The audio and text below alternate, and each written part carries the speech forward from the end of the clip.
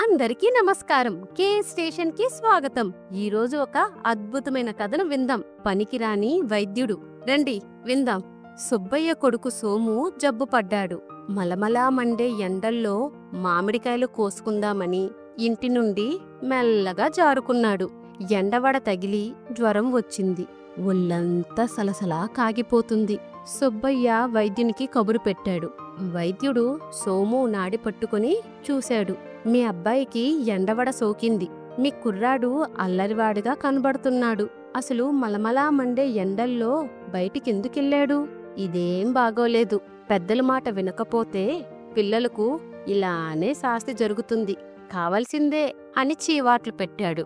అంతటితో ఆగితేగా దండకం చదువుతూ పోయాడు. సుబ్బయ్యకు ఇది నచ్చలేదు. ఆయన వైద్యానికి ఒక నమస్కారం పెట్టి, అయ్యా, మిమ్మల్ని పిలిపించి ఓ పెద్ద పొరపాటు చేశాను. ఇదిగో చంపలేసుకుంటున్నాను. ఇదిగో మీ ఫీజు తీసుకోండి.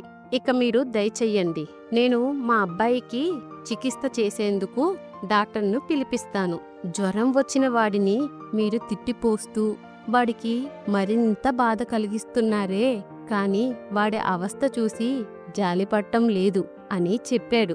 వైద్యుడు సిగ్గుతో తల వంచుకుని వెళ్ళిపోయాడు. కష్టాల్లో ఉన్నప్పుడు వాళ్ళ తప్పులు ఎత్తి చూపి సలహాలిచ్చి వాళ్ళను మరింత కష్టపెట్టకూడదు. కష్టాల్లో ఉన్న వాళ్ళ పట్ల సానుభూతి చూపి వాళ్ళను ఆదుకోవడమే మానవ ధర్మం. ఈ కథ ద్వారా మనం నేర్చుకున్న నీతి, పిసరంత సానుభూతికి కొండంత ఊరట. అదండి కథ. మీకు నచ్చితే దయచేసి లైక్ చేయండి, మీ మిత్రులతో షేర్ చేయండి.